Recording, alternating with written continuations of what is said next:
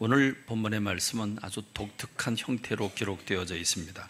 단순한 선지자를 통한 말씀이 아니라 하나님께서 노래하고 계시는 모습입니다. 사랑하는 사람을 위해서 말입니다. 마치 솔로몬의 연가처럼 그렇게 말씀하고 계십니다. 나는 내가 사랑하는 자를 위하여 노래하되 내가 사랑하는 자의 포도원을 노래하리라. 내가 나의 사랑하는 자에게 포도원이 있으며 심히 기름진 사내로다. 땅을 파서 돌을 제하고 극상품 포도나무를 심었도다. 그 중에 망대를 세웠고 또 그 안에 술틀을 팠도다. 사랑하는 사람을 위해서 그 마음을 열어 보여주는 노래입니다. 사랑하는 사람을 위해서 내가 무엇을 했는지 그 마음을 열어서 보여주고 있습니다. 그렇게 하는 동안 기대감이 가득 차서 몹시도 궁금해하면서 기다린 마음이 얼마나 애절한지 노래하고 있습니다. 솔로몬의 연가처럼 애절하고 너무나 아끼고 아끼는 사랑하는 사람의 포도원, 사랑하는 사람을 위해서라면 무엇이든지 다 하겠다고 하는 의지가 넘치는 마음, 아낌없이 또 주고 또 주는 사랑이 이 포도원을 노래하는 그 노래 속에 담겨 있습니다. 그렇게 사랑을 쏟는 만큼 또한 사랑의 열매를 기대합니다. 애타게 기다린 만큼 또한 달콤한 열매를 간절히 사모하면서 기다리고 있습니다. 여러분, 이것은 누구의 이야기입니까? 하나님의 이야기입니다. 이사야서 5장 7절 오늘과 읽은 본문 두세 절 뒤에 보면 하나님께서 이렇게 말씀하고 계십니다. 무릇 만군의 여호와의 포도원은 이스라엘 족속이요 그가 기뻐하시는 나무는 유다 사람이라, 이렇게 말하고 있습니다. 요즘 주님께서 사랑하는 자의 포도원을 위해서 노래하겠다고 말하는데 이스라엘 백성들을 위해서 이스라엘 나라를 생각하면서 주님이 애가를 지으신 것입니다. 하나님은 이스라엘 백성들을 그렇게 사랑하셨습니다. 그렇게 사랑하셨기 때문에 모든 것을 쏟아 부으셨습니다. 여러분, 하나님께서 아브라함을 선택을 하시고 아브라함이 그렇게 민기적거리며 하나님 말씀대로 따라가지 못함에도 불구하고 오히려 하나님께서 그 큰 팔로 그를 끌어안으시고 그에게 용기를 주시고 그를 도우시고 위험할 때 그를 구원해 주시고 그러면서 아브라함, 이삭, 야곱에 이르도록 하나님의 사랑을 부어주셨습니다.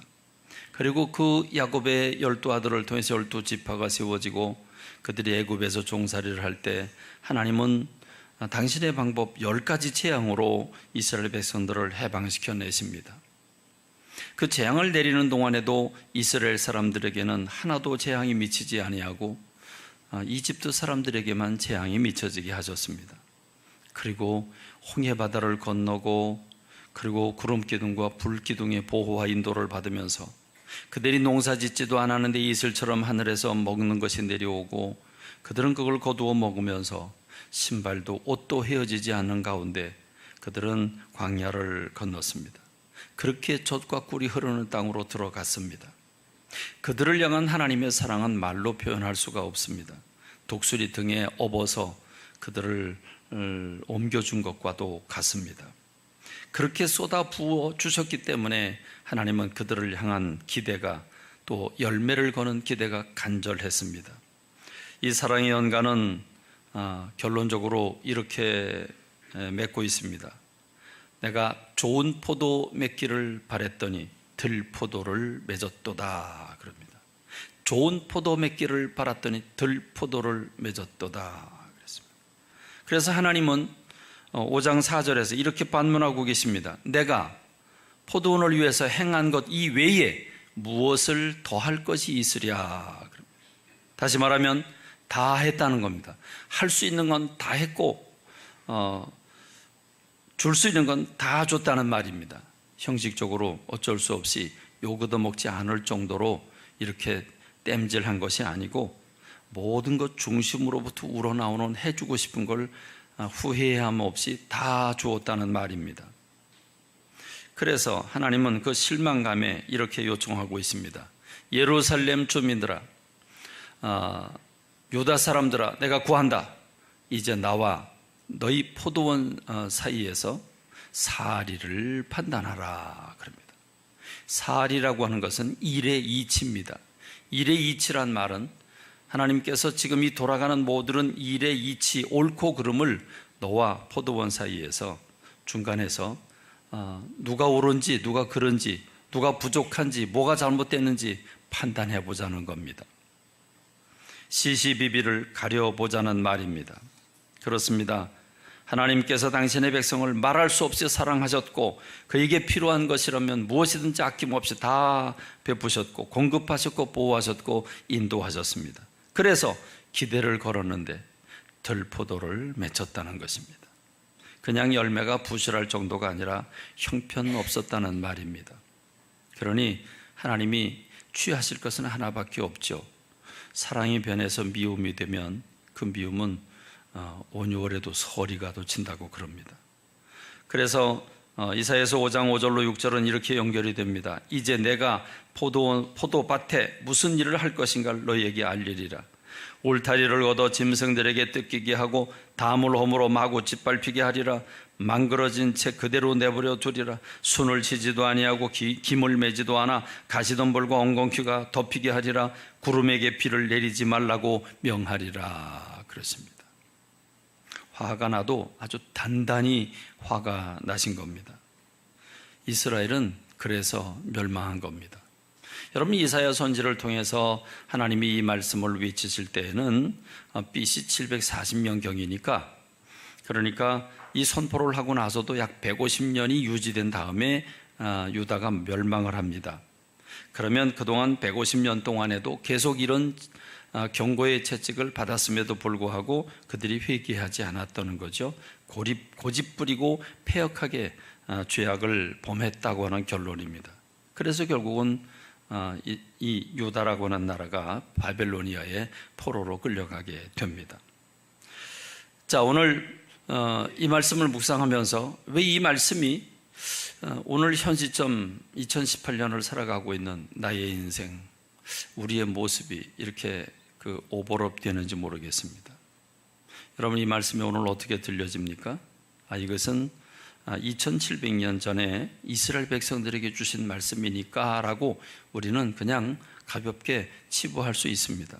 그러나 여러분, 이 포도는 누구를 가리키는 겁니까? 이스라엘 백성들을 가리켰습니다. 오늘의 이스라엘 백성들은 누굽니까? 오늘 저와 여러분인 예수 그리스도로 말미암아 하나님의 자녀가 된 저와 여러분을 가리켜서 포도원이라고 부르게 되는 줄로 믿습니다. 그렇다면 오늘 저와 여러분들과도 결코 무관하다 이렇게 말할 수 없는 겁니다. 그러면 이제 우리는 분석해 봐야 합니다. 유대인들은 도대체 무슨 죄를 범했길래 들포도를 맺혔는가? 어떻게 살았길래 들포도를 맺혔는가? 우리가 들포도를 맺히지 않기 위해서는 어떻게 살아야 하는지를 우리는 이 들포도 맺히는 이들을 향한 책망을 통해서 우리가 깨닫고 돌이켜야 되는 줄로 믿습니다.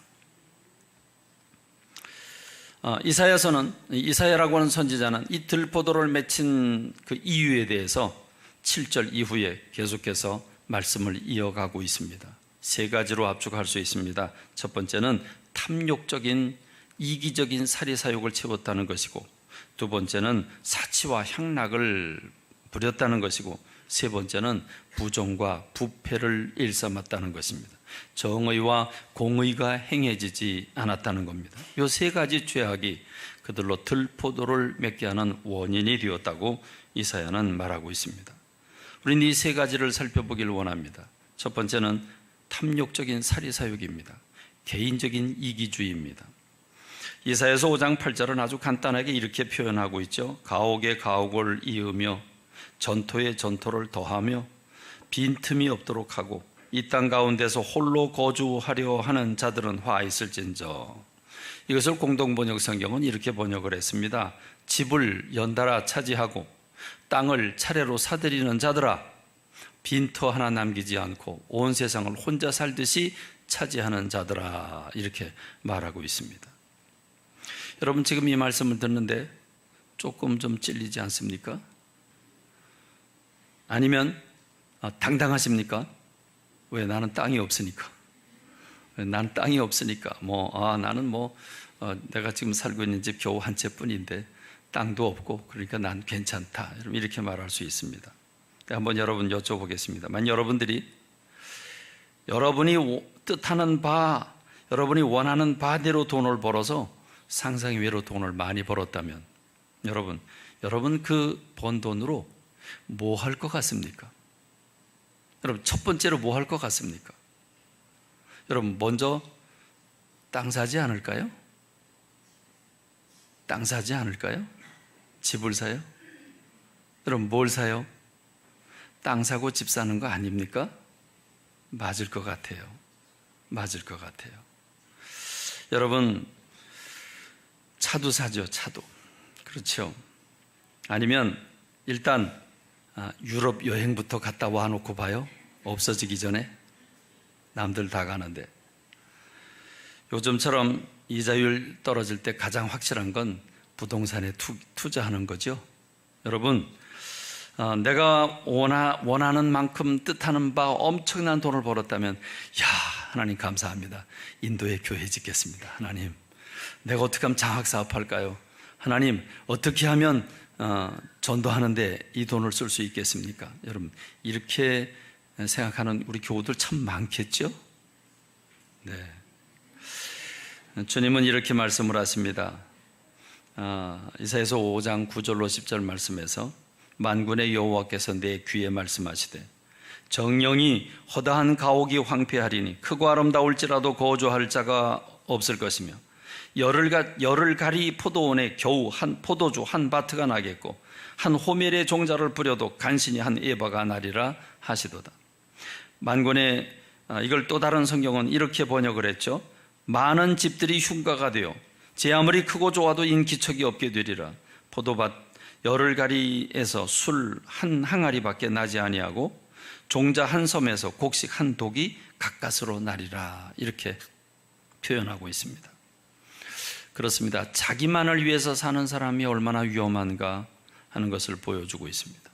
두 번째로 이스라엘 백성들이 지은 죄는 사치와 향락입니다.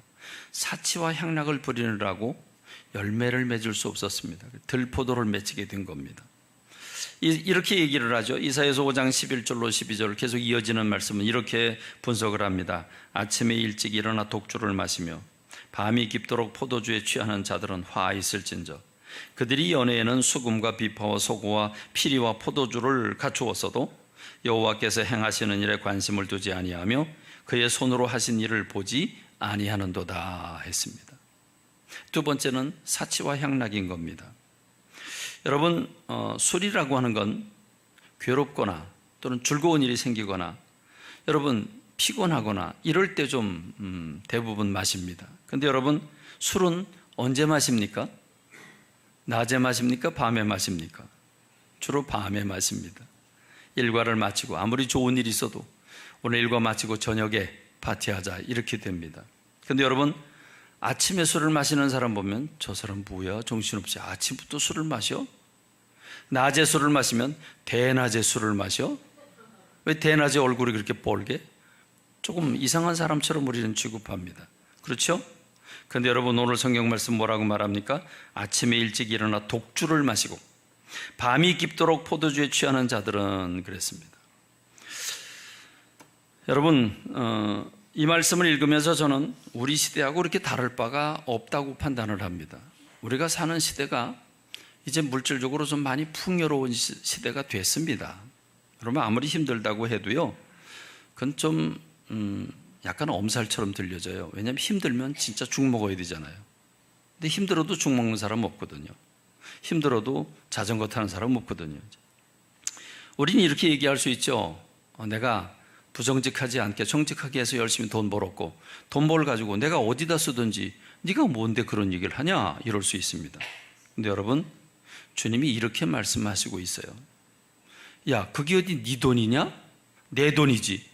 내 돈을 내 나라를 위해서 일하라고 잠시 빌려준 거지 그게 네 돈이냐? 여러분 맞습니까? 틀립니까? 맞습니다. 마태복음 25장에 나오는 달란트의 비유를 보면 주인이 그 종들에게 자기의 소유를 맡김과 같다 이랬습니다. 주인이 자기의 소유. 그래, 1달란트, 2달란트, 5달란트 주인이 자기의 것을 자기 종들에게 나눠주고 갑니다. 그리고 오랜 후에 돌아와서 결산하자 그럽니다. 주님의 겁니다. 사실 우리 게 아닙니다. 여러분, 뭐 내가 주는 것처럼 생색내지 맙시다. 주님 겁니다. 믿습니까? 믿습니까? 기분 나쁘지만 주님 겁니다. 여러분, 몸뚱아리는 이렇게 얘기하면 좀 무식한데, 여러분, 고귀한 몸은 내 겁니까? 그것 역시 주님 겁니다. 왜요? 주님이 생명 취하에 가시면 내 생명이 아니기 때문에 그렇습니다. 그러므로 여러분, 생명도 내 것이 아닌 줄로 믿습니다. 그들이 연회에는, 이사야가 이렇게 얘기를 하죠. 지금 그들이 연회에는 수금과 비파와 소고와 피리와 포도주를 갖추어서도 여호와께서 행하시는 일에 관심을 두지 아니하며 그의 손으로 하신 일을 보지 아니하는도다. 이렇게 얘기를 합니다. 여러분, 누가복음 12장에 나오는 말씀은 이 말씀과 아주 동일한 말씀입니다. 어떤 사람이 예수님께 와가지고, 예수님, 우리 형님이요, 동생들하고 다 나누라고 하는 돈을 혼자 꿀꼬독했습니다. 그런 예수님 말씀하시면 우리 형님이 들을 것 같습니다.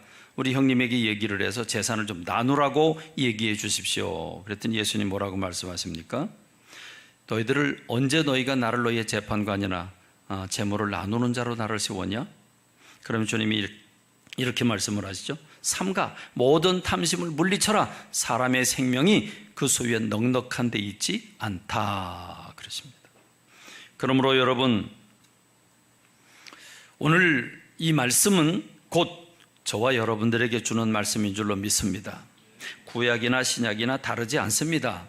여러분, 구약의 이스라엘 백성들이 주님이 노래하는 포도원이라고 한다면 신약 백성들에게도 동일하게 적용되는 줄로 믿습니다.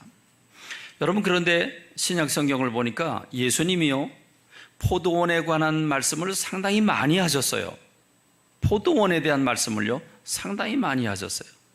하나님이 이사야 선지를 통해서 내가 사랑하는 자의 포도원을 노래하리라 그랬는데, 우리 주님도 포도원에 대해서 얘기를 많이 하셨어요. 한 사람이 포도원에 무화과나무를 심었는데 와서 열매를 구했는데 얻지 못했다. 그래서 포도원직이 얘기를 합니다. 내가 3년 동안이나 연속적으로 와서 봤는데 도대체 열매를 맺지 못했다. 이 땅만 버리고 있다. 그러니까 저거 잘라버려라. 그랬더니 그 포도원 품꾼이, 포도원지기가 얘기를 하죠. 금년에도 좀 참아달라고. 금년 한 해만 참아달라고. 그럼 내가 두릅하고 거름을 주겠습니다. 만일 금년 지나가서도 열매를 맺지 못하면 그때 잘라버리라고. 3년이나 와서 열매를 바랬는데 열매가 없어서 찍어버려라. 주인님, 1년만 참아주세요. 여기 더 정성을 더 기울이겠습니다. 여러분, 열매가 없는, 어쩌면 그 포도원에 열매 맺지 못하는 나무, 혹시 나라고 하는 무화과나무는 아닙니까? 무화과나무는 이스라엘 백성들을 가리켰습니다. 오늘 저와 여러분들은 영적인 이스라엘 백성들입니다. 여러분들에게 용기를 주고 잘했다는 얘기만 하면 좋겠는데, 여러분, 이 말씀이 왠지 저의 가슴을 찌릅니다. 내가 이 무화과나무 아니냐?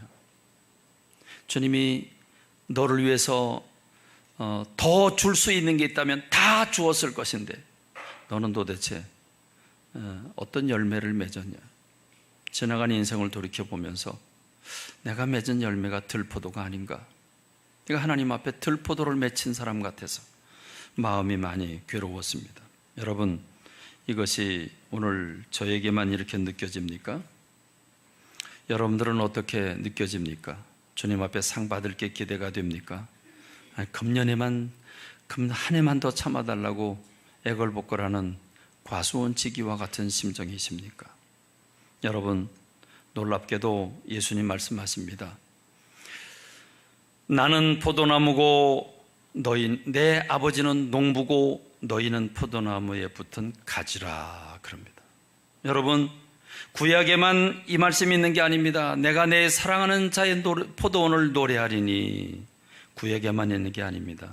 신약에서 예수님은 나는 포도나무다, 내 아버지는 포도원의 농부다. 물은 내게 붙어있어 열매를 맺지 않는 가지는 아버지께서 그것을 제거해 버리시고 물은 열매를 맺는 가지는 더 열매를 맺게 하려 하여 그것을 깨끗하게 하시느니라. 여러분, 포도는 왜 가꿉니까? 포도 열매를 바라기 때문입니다. 그래서 나는 포도나무고 너희는, 내 아버지는 농부고 너희는 포도나무에 붙은 가지인데, 첫 번째 얘기하는 게 뭡니까? 열매입니다. 열매를 얘기하고 있습니다. 열매 맺지 않는 가지는 잘라버린다, 이 말씀을 하고 있습니다.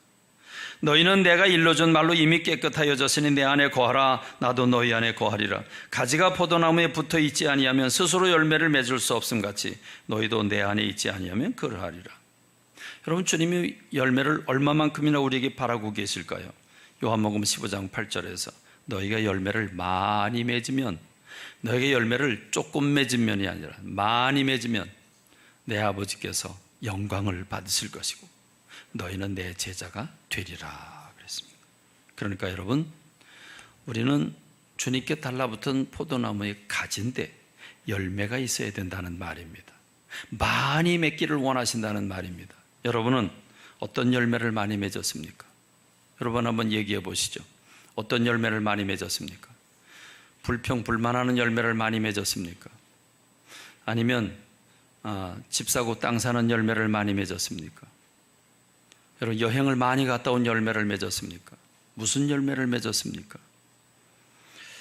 갈라디아서 5장 22절 23절에 보니까 성령님께서 내 안에 들어오셔서 성령님을 통해서 내 인격이 다스려져 주님을 닮아가는 9가지 인품의 열매를 얘기하고 있습니다.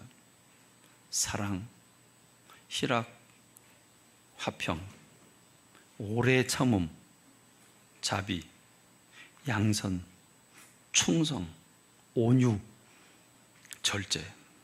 여러분, 아름다운 9가지 인품의 열매가 달려야 되는 줄로 믿습니다. 에베소 5장 8절로 9절에 보니까 인품의 열매도 중요하지만 이제 우린 빛의 자녀들이기 때문에 빛의 자녀가 맺어야 열매가 있다고 말합니다. 빛의 열매는 모든 착함과 의로움과 진실함이 있다 그랬습니다. 여러분, 얼마나 말과 행실로 열매를 맺었습니까? 특별히 저는 오늘 여러분들에게 결론적으로 사도 바울이 언급하고 있는 열매를 맺어야 된다고 믿습니다. 특별히 우리는 어떤 열매를 많이 가지고 있어야 합니까?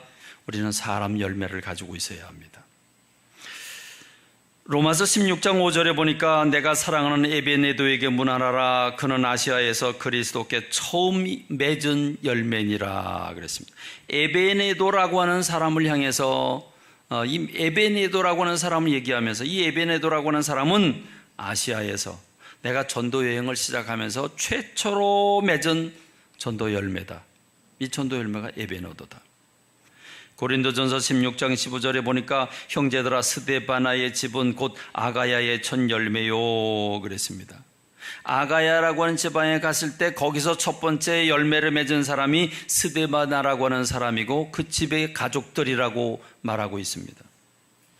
골로새서 1장 6절에 보니까 이 복음이 이미 너희에게 이름에, 내가 너희들에게 복음을 전할 때 너희가 듣고 참으로 하나님의 은혜를 깨달은 날부터 너희 중에서와 같이 또한 온 천하에서도 열매를 맺어 자라는도다 그랬습니다. 사도 바울 가는 곳마다 전도의 열매를 맺었다는 겁니다. 가는 곳마다 이 열매가 넘치고 있다고 하는 겁니다.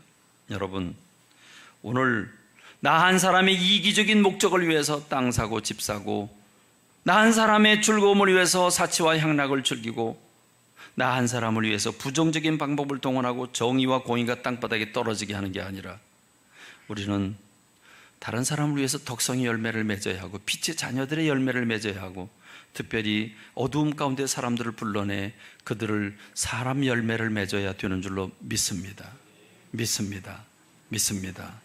오늘 저와 여러분들 이제로부터 이 열매를 생각하는 우리가 되길 원합니다. 이 열매를 맺지 않을 때 하나님이 얼만큼 진노하시는 걸 생각하면서 이 열매의 모든 초점을 모으게 되는 제가 되고 여러분들이 되길 주님의 이름으로 축원합니다.